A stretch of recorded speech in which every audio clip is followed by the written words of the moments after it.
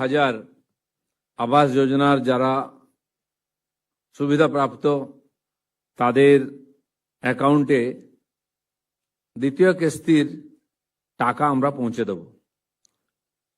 আগের সরকার বাংলার বাড়ি নাম দিয়ে 30 লাখ লোকের নামে লিস্ট বানিয়েছিল এবং 12 লাখ লোক তার মধ্যে পুরো টাকা পেয়ে গেছেন 1,20,000 এবং তাদের বাড়ি সম্পূর্ণ হয়ে গেছে।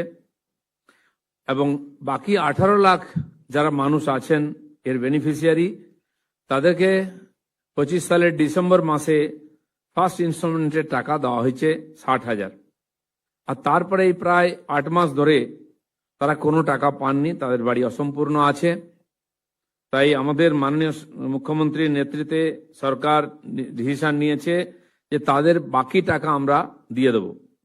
তার মধ্যে 10,20,000 লোক আজকে তাদের দ্বিতীয় কিস্তির টাকা পাবেন। বাকি 8 লাখ যে বাড়ি, সে বাড়ি এখনো রিভিউ হয়ে তার পুরো রিপোর্ট আমাদের কাছে আসেনি, সেটা এলেও তারাও বাকি দ্বিতীয় কিস্তির টাকা পেয়ে যাবেন। এর মধ্যে 30 লাখ লোকের যে লিস্ট যারা টাকা পেয়েছেন, তার মধ্যে 12,500 লোক এরকম আছেন যারা এই টাকা পাওয়ার অযোগ্য, বেআইনিভাবে তারা এই টাকা নিয়েছেন। সেজন্য তাদের বিরুদ্ধে আমরা ব্যবস্থা নিচ্ছি, আরো ইনকোয়ারি চলছে। 12,000 লোকের মধ্যে আমরা সেই টাকা ফেরত নেওয়ার জন্য ব্যবস্থা শুরু করেছি এবং 1,000 লোকের কাছ থেকে টাকা রিকভারি শুরু হয়ে গেছে।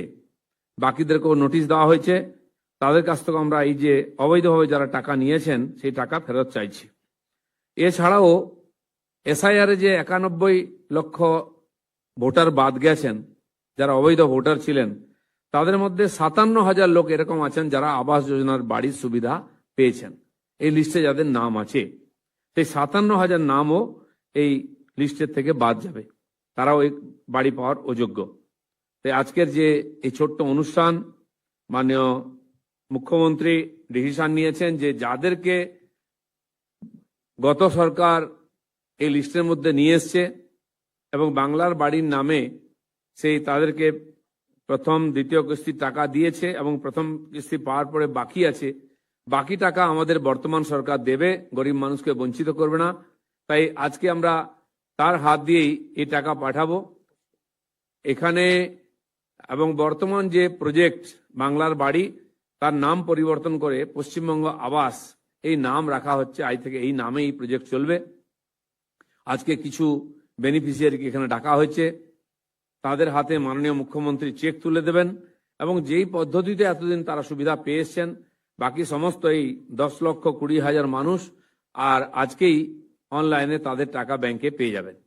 এই অনুষ্ঠানে আমি মাননীয় মুখ্যমন্ত্রীকে অনুরোধ করছি, তিনি বাকি যে সাধারণ মানুষ চিন্তায় ছিলেন যে এই 18 লক্ষ লোক বাড়ি সম্পূর্ণ করতে পারবেন কি না, তারা বাকি টাকা পাবেন কি না চিন্তায় ছিলেন, আমরা বলেছিলেন পাবেন। মাননীয় মুখ্যমন্ত্রী সেটাকে স্বীকৃতি দিয়েছেন, তিনি তাদেরকে টাকা দিচ্ছেন। বাকি বিষয় তার কাছ থেকে আমরা শুনব। মাননীয় মুখ্যমন্ত্রী এখন দূর নিয়ন্ত্রিত প্রক্রিয়ায়, মানে ভার্চুয়াল মোডে বোতাম টিপে এই জনদরদি প্রকল্পের শুভ সূচনা করবেন।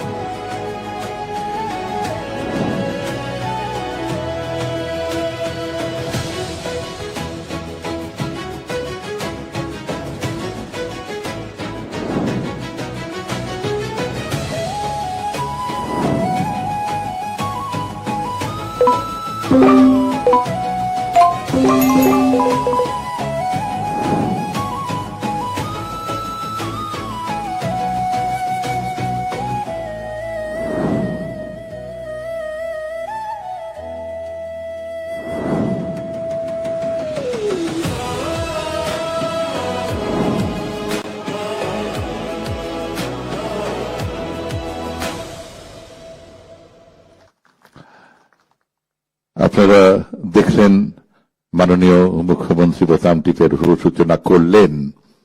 এবার এই যে যারা সুবিধা প্রাপ্ত তাদের মধ্যে 10 জন সুবিধা প্রাপকের হাতে প্রতীকীভাবে মাননীয় মুখ্যমন্ত্রী 60,000 টাকার চেকের প্রতিলিপি তুলে দেবে। আমি আপনাদের অনুরোধ করব, আমি সবার নাম বলবো, আপনারা দয়া করে সামনে এসে আপনারা মাননীয় মুখ্যমন্ত্রীর হাত থেকে সেটি গ্রহণ করবেন। উত্তর 24 পরগনার কণিকা পাল।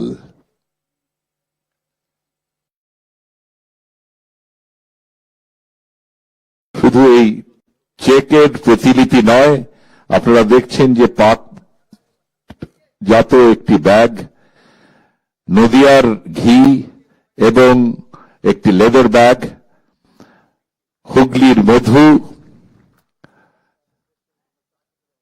এরপর উত্তর 24 পরগনার গোবিন্দ মণ্ডল, উত্তর দিনাজপুরে তুলাইপঞ্জি চাল, হুগলির মধু, হাতে বানানো চকলেট, এগুলো সবই West Bengal state rural livelihood মিশনের অন্তর্গত। তারা তৈরি করেছেন, সেলফ হেল্প গ্রুপ। সেই উপহারও তুলে দেওয়া হচ্ছে এদের। সরস্বতী ঘোষ, প্রবীর মল্লিক,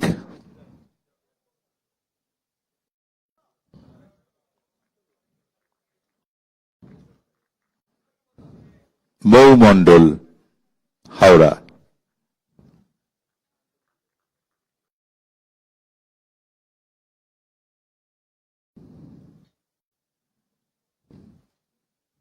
সঞ্চয়িতা মণ্ডল,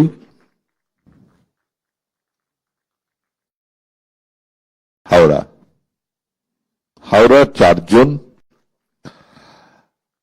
বাবলু রায়কে আমরা দেখছি এগিয়ে যাচ্ছে, সেও হাওড়ার।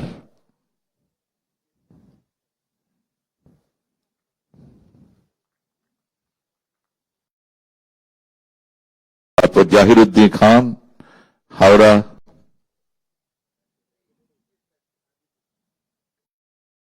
দক্ষিণ 24 পরগনার অঞ্জলি সর্দার এবং সবশেষে দক্ষিণ 24 পরগনার গৌর বৈদ্য। উত্তর 24 পরগনা, দক্ষিণ 24 পরগনা, হুগলি দুজন দুজন করে আমরা দিলাম এবং হাওড়ার 4 জনকে, মোট 10 জনকে প্রতীকী একটি কাজ করলেন মাননীয় মুখ্যমন্ত্রী, চেকের প্রতিলিপি, এবং আজ থেকে সবার অ্যাকাউন্টে এই 60,000 টাকা পরিলক্ষিত হবে। এবার আমরা মাননীয় মুখ্যমন্ত্রীর বক্তব্য শুনব। প্রথমেই আমাদের যে 10,20,379 জন উপভোক্তা অর্থাৎ লাভার্থী, তারা অর্থনৈতিকভাবে দুর্বল মানুষ। তারা বহু প্রতীক্ষায় ছিলেন যে পরিবর্তনের সরকার তাদের পাশে দাঁড়াবে কিনা, তারা তাদের গৃহ নির্মাণ সম্পূর্ণ করতে পারবেন কিনা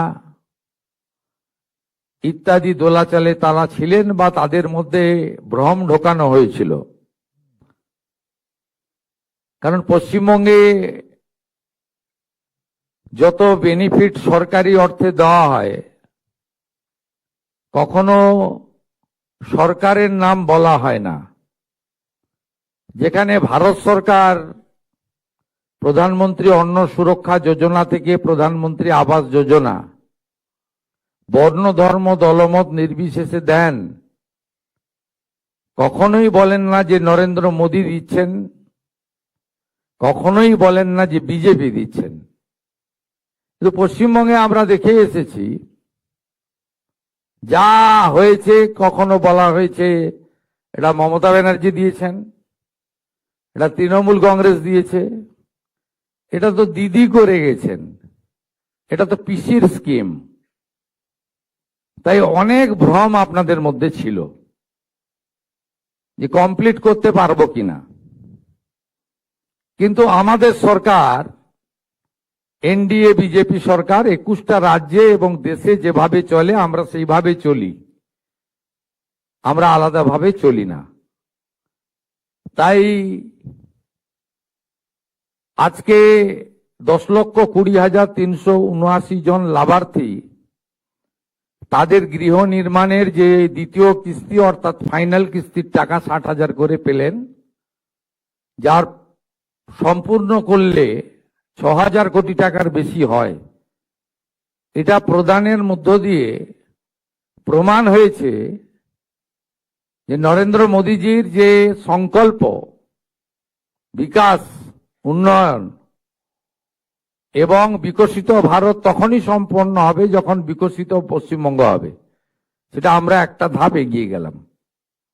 আমি পুরো কৃতিত্ব দেব আমাদের মন্ত্রিসভার অত্যন্ত গুরুত্বপূর্ণ সদস্য, পঞ্চায়েত গ্রামোন্নয়ন এবং এগ্রি মার্কেটিং দপ্তরের পূর্ণ মন্ত্রী, এই রাজ্যের প্রতিষ্ঠিত নেতা সম্মানীয় দিলীপ ঘোষ মহোদয়কে। তার কার্যকালের 3 মাসের মধ্যে তিনি এই চলমান কর্মসূচির তদন্ত করিয়েছেন, কারণ আমাদের নীতি ছিল যে সঠিক উপভোক্তা চিহ্নিত করেই টাকাটা দেব, অবৈধ লোকের হাতে টাকা দেব না, অভারতীয় অনুপ্রবেশকারীদেরকে টাকা দেব না। দিলীপ দা তার বক্তব্যে বলেছেন 12,500 অবৈধ লোক ধরা পড়েছে, 27,000 এমন লোক পাওয়া গেছে, 57,000 যারা ভোটার তালিকা থেকে ভারতীয় নয় বলে নাম বাদ গেছে। তাই তাকে ধন্যবাদ দেব, তার পূর্ণ টিমকে ধন্যবাদ দেব। রাষ্ট্রমন্ত্রী তরুণ শিক্ষক শান্তনু প্রামাণিক রয়েছেন, সম্মানীয় খাদ্য সমবায় দপ্তরের পূর্ণমন্ত্রী সাথী অশোক কীর্তনিয়া রয়েছেন,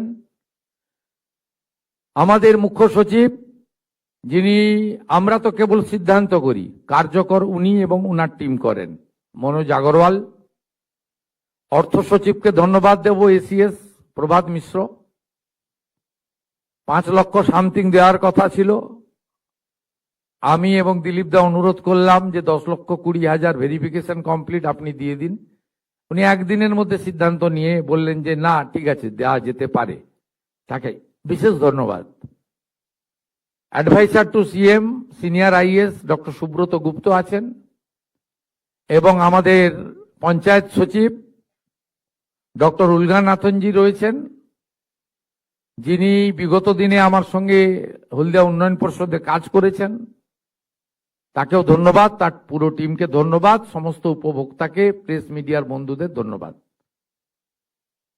আপনাদেরকে আমি শুধু বলবো যে এই আজকে সিমেন্ট, স্টিল, বালি ইত্যাদির যে দাম, এক্ষেত্রে আপনাদের বাড়ি সম্পূর্ণ করতে গেলে আরো নিজেদেরকে কিছু অর্থ হয়তো লাগাতে হবে, কিন্তু আমাদের মাননীয় প্রধানমন্ত্রী একটা সুযোগ করে দিয়েছেন, বিকশিত ভারত জি রামজি।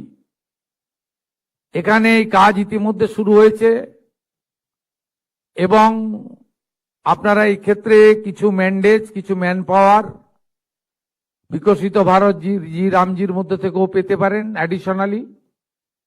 এবং এই বাড়িগুলো সম্পূর্ণ হলে একটি করে স্বচ্ছ ভারত মিশনের অন্তর্গত শৌচালয় 12,000 টাকা করে আপনারা প্রত্যেকে পাবেন সম্পূর্ণ হয়ে গেলে, এটা আপনাদের অতিরিক্ত পাওনা।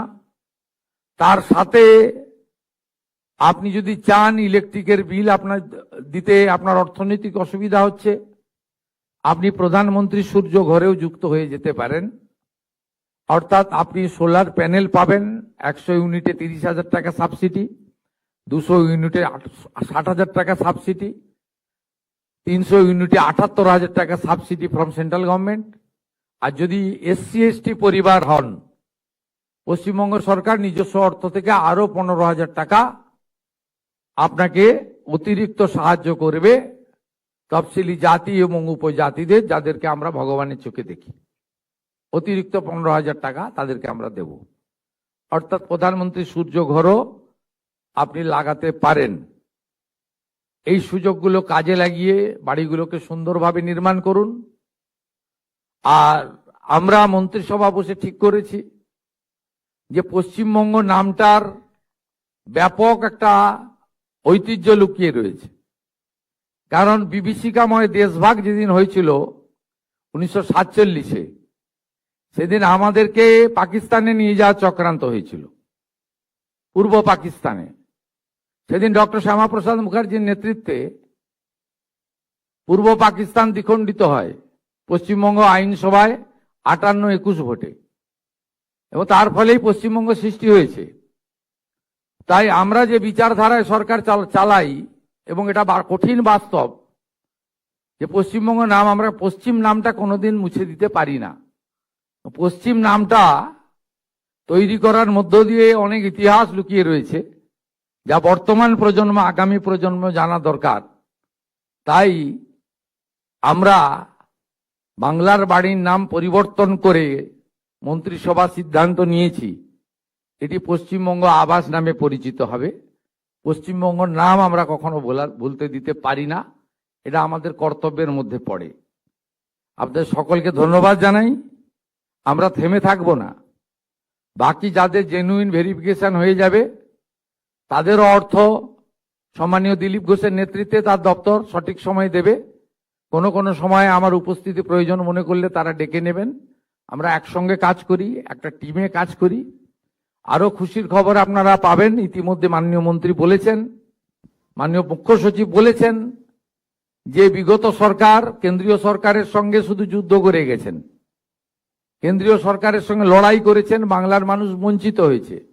যদিও মাননীয় প্রধানমন্ত্রী নরেন্দ্র মোদীজি রাজনীতির মধ্যে থাকেন না, তিনি উন্নয়নের মধ্যে থাকেন। 2004 থেকে 14 তদানীন্তন ভারত সরকারের আমলে 25,000 টাকা ছিল। স্কিমের নাম ছিল ইন্দিরা আবাস যোজনা, IAY। মাত্র 25,000 টাকার বাড়ি হতো, তাও একটা গ্রাম পঞ্চায়েতের ভাগে 3টে করে বাড়ি আসতো। মানে এত অল্প বরাদ্দ ছিল। এবং 4 থেকে 14 পশ্চিমবঙ্গ কত টাকা পেয়েছে? 4,664 কোটি টাকা। 2014 সাল থেকে চুরি দুর্নীতি ধরা পড়ার আগে পর্যন্ত 2022 সালের 31 মার্চ পর্যন্ত টাকা পেয়েছে পশ্চিমবঙ্গ সরকার আবাসে। এই অ্যামাউন্ট হলো 30,000 কোটি টাকা। কত বাড়ির জন্য টাকা দিয়েছে ভারত সরকার? 40 লক্ষ ইউনিটের জন্য টাকা দিয়েছে, না আমরা চোখে দেখতে পাই না। বহু জায়গায় আবাসের নামে দুর্নীতি হয়েছে, চুরি হয়েছে, লুট হয়েছে। কিন্তু প্রধানমন্ত্রী 30,000 কোটি টাকা আবাসে দিয়েছেন, যদিও তাকে শুনতে হয়েছে বিগত সরকারের মুখ থেকে যে আমাদের বঞ্চিত করে রাখা হয়েছে, আবাস দেওয়া হয় না, ইত্যাদি ইত্যাদি, 100 দিনের কাজ দেওয়া হয় না। এই তথ্যগুলো আমার সঙ্গে, যেহেতু পশ্চিমবাংলার এই মুহূর্তে 341টি ব্লকের মানুষ যুক্ত রয়েছে, দলমত বর্ণ ধর্ম নির্বিশেষে মানুষ যুক্ত রয়েছে, প্রান্তিক মানুষরা যুক্ত রয়েছে, সব দলের লোকেরা যুক্ত রয়েছে, সব আধিকারিকরা যুক্ত রয়েছে। আপনাদের এসব তথ্য জানা দরকার রয়েছে। তাই আমি এসব সঠিক তথ্য আপনাদেরকে পরিবেশন করলাম। আপনারা শুনলে খুশি হবেন। কেন্দ্রীয় পঞ্চায়েত ও গ্রাম উন্নয়ন মন্ত্রী এসেছিলেন, তিনি আমাদেরকে 1 লক্ষ নতুন বাড়ির অনুমোদন দিয়ে গেছেন। 1 লক্ষ নয়, আমরা যত লক্ষ চাইব ততই পাবো। আমাদের সার্ভের শেষ দিন ছিল 20 জুলাই। মাননীয় মন্ত্রী দিলীপ ঘোষ মহোদয় অনুরোধ করার পরে শিবরাজ সিং চৌহানজি এটা বাড়িয়ে 15ই আগস্ট পর্যন্ত টাইম দিয়েছেন। ভেরিফিকেশন লিস্টের কাজ চলছে। এখনো যারা আবাস যোজনায় অন্তর্ভুক্ত হননি, নাম তুলুন। আমরা দল দেখব না, সম্প্রদায় দেখব না, ধর্ম দেখব না, আমরা শুধুমাত্র গাইডলাইন দেখব এবং প্রকৃত প্রাপক কিনা দেখব, এবং বিগত দিনে আপনার নামে টাকা উঠেছে, সেই টাকা নয়ছয় হয়েছে কিনা দেখব। এই কয়েকটা ক্রাইটেরিয়া দেখার পরে উনি কথা দিয়ে গেছেন 20 লাখ, 25 লাখ, 30 লাখ, 40 লাখ, যত বাড়ি লাগবে ভারত সরকার আমাদেরকে অর্থ সাহায্য করবে। স্টেট শেয়ারটা দেওয়ার জন্য আমরা প্রস্তুত রয়েছি। তাই পুজোর পরে পরেই, দুর্গোৎসবের পরে পরেই দেখবেন যে আরো কয়েক লক্ষ বাড়ির প্রথম কিস্তির টাকা আমরা আরো বড় কর্মসূচির মধ্য দিয়ে করব। তাই এই অর্থে বাড়ি নির্মাণ করুন। সঙ্গে বিকশিত ভারত জি রামজির 125 দিনের কাজ অর্থাৎ বছরে ন্যূনতম 34,500 টাকার কর্মদিবস, সেটাকে প্রপারলি ব্যবহার করুন। 12,000 টাকার শৌচালয় লাগান, সঙ্গে প্রধানমন্ত্রী সূর্যঘর যোজনার সুযোগ নিন। এইভাবে গ্রামীণ আবাস তৈরির মধ্য দিয়ে, জল জীবন মিশনের কানেকশনের মধ্য দিয়ে, প্রধানমন্ত্রী অন্ন সুরক্ষা যোজনার রেশনের সাথে সাথে দিয়ে আমরা আসুন আগামী দিনে পশ্চিমবঙ্গের গ্রামকেও নগরায়ণের ছোঁয়া পৌঁছে দিই। সকলকে ধন্যবাদ জানিয়ে, আপনাদের সকলকে শুভেচ্ছা জানিয়ে, আগামী 15ই আগস্ট স্বাধীনতা দিবস, হর ঘর তেরঙ্গা, প্রত্যেকটা বাড়িতে জাতীয় পতাকা তুলবেন এবং গর্বের স্বাধীনতা দিবস পালন করবেন। সকলকে ধন্যবাদ দিয়ে আমার কথা শেষ করলাম। জয় হিন্দ। মাননীয় মুখ্যমন্ত্রীকে আমাদের কৃতজ্ঞতা। এবার সভার শেষের প্রান্তে এসে পৌঁছেছি। আমি পঞ্চায়েত এবং গ্রামোন্নয়ন দপ্তরের যিনি সচিব রয়েছেন ডক্টর পি ওলাগানাথন, তাকে ধন্যবাদ সূচক বক্তব্য রাখার জন্য অনুরোধ করছি। আমি মাননীয় মুখ্যমন্ত্রীকে ধন্যবাদ জানাতে চাই। স্যার,